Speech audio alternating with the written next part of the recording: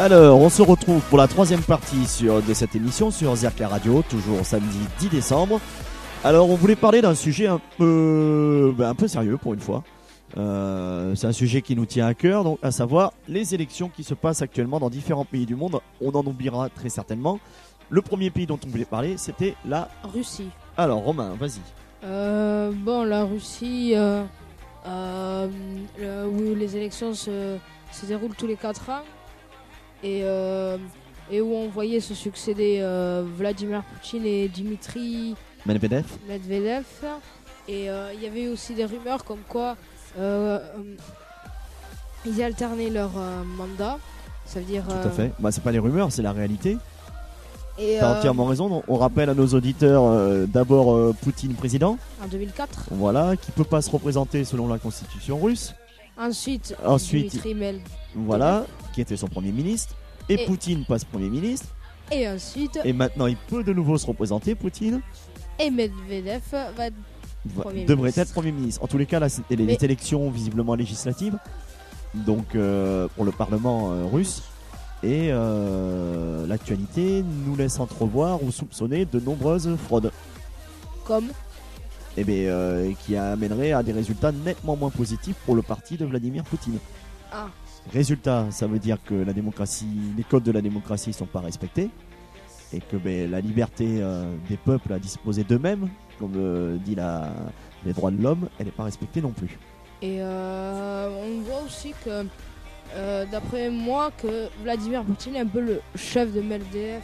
Medvedev est un peu comme un pantin de Poutine. Ouais, c'est le dauphin, ouais, c'est le suiveur, ouais. Oui, c'est Poutine le big boss, ça, je pense que tu as entièrement raison là-dessus.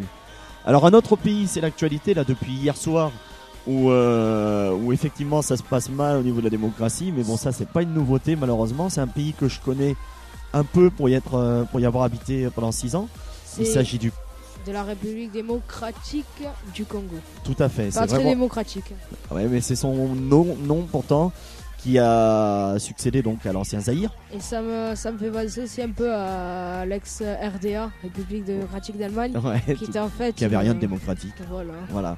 Donc République démocratique du Congo qui se trouve en Afrique centrale, un grand pays, 5 à 6 fois la France. Riche, en tous les cas en théorie, sur des ressources minières très importantes, notamment uranium. Le diamant, non ? Le diamant, oui aussi. Un réseau hydraulique qui pourrait être exploité, mais c'est un pays qui est dans une situation économique catastrophique. Comme tous les pays d'Afrique presque. Comme beaucoup de pays d'Afrique. Et un peuple, franchement, moi, que j'ai rencontré, en tous les cas pour les ethnies de Kinshasa, très très respectable. Parce que franchement, qui ne se plaint pas malgré les conditions de vie. Je trouve que les Africains, pour ça, oui. Tout ce qui est Afrique subsaharienne ne se plaignent pas de leur situation. Enfin, se plaignent mais sans trop. Ouais, c'est les rois de la débrouille. Moi, j'ai connu des familles où ils mangeaient qu'un seul repas par jour. Ce qui pour nous semble inconcevable en France. On se plaint dès qu'on a faim au bout d'une heure. Mais surtout moi. Comme nous deux. Mais surtout moi aussi.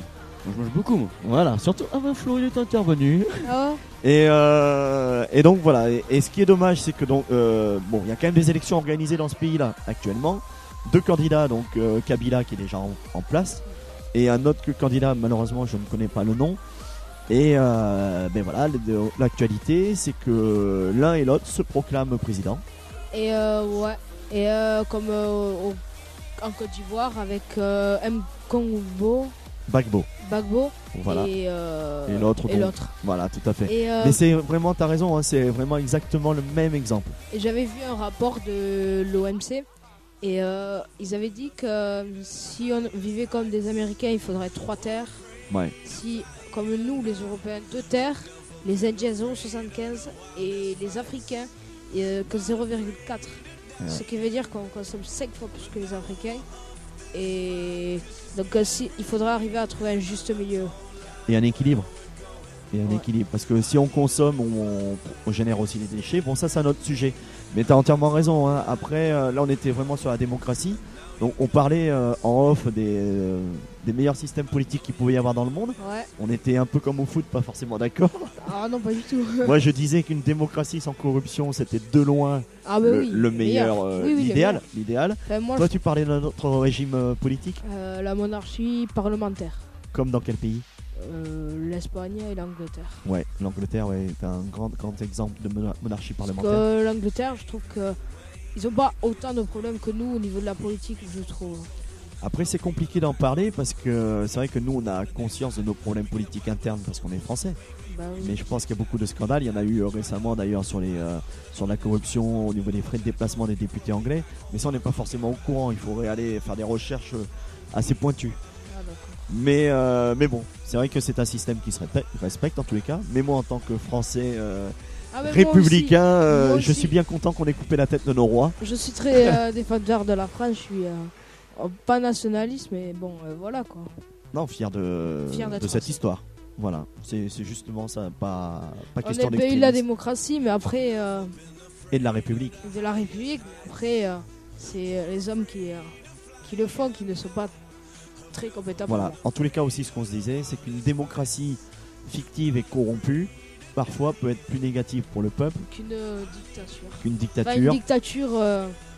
Pas une dictature comme les mouvements comme Hitler ou Staline. Tout à fait. Ou en Amérique du Sud. Mais parlons plutôt de dictature africaine. Oui, voilà. Voilà, où les peuples africains vivaient de manière africaine un peu plus heureuse.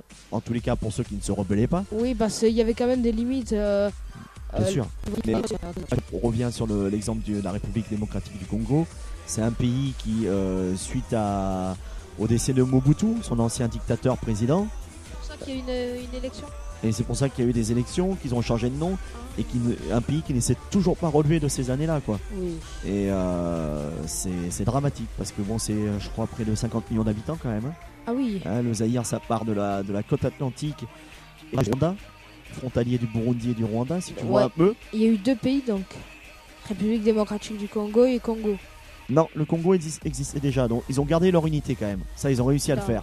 Ce qui est quand même énorme, parce que tu as raison, c'est des ethnies, tu prends l'ouest du pays et l'est du pays, des ethnies complètement différentes. Comme le Soudan. Ouais, voilà, comme les grands pays africains. Il y a eu un nouveau pays, je crois, Sud-Soudan. Ouais, mais je sais pas s'il est reconnu encore. Mais il est pas reconnu, oui. Et après, donc, le Congo dont tu parlais est juste au-dessus, en fait, de l'autre côté du fleuve, et Kinshasa. Voilà. Donc on va terminer cette émission sur cette note sérieuse, quand même en souhaitant pour cette année 2012 le maximum de démocratie pour tout le monde sur la planète. Oui. Par exemple, ça pourrait être bien et voilà, et en souhaitant que tous les codes de la démocratie, que la volonté des peuples soit respectée. C'est beau ça ? Oui. C'est beau. Donc, bon allez. On se donne au revoir. On se dit un petit au revoir. On se donne au revoir. Oui, à samedi. À samedi prochain. Il est fatigué lui aussi. À samedi prochain pour la dernière émission de 2011. De 2011 et oui, c'est vrai. Merci mon Flo. Oh, mais oui. Flo qui a intervenu assez souvent. Hein. Et si vous voulez d'ailleurs, j'en ai pensé maintenant, on pourrait se faire éventuellement. Moi samedi, ça m'arrangerait de pas être là en fait. Personnellement, je vous le dis pourquoi, parce que j'ai un concert le soir. Et pas un concert. Mais par contre, on pourrait le faire le vendredi soir si vous voulez. Se faire une nocturne. Bon, on en discute en antenne. En tous les cas, on se dit au revoir. Au revoir Romain, merci pour cette participation sportive et politique et démocratique. Flo, merci pour la musique.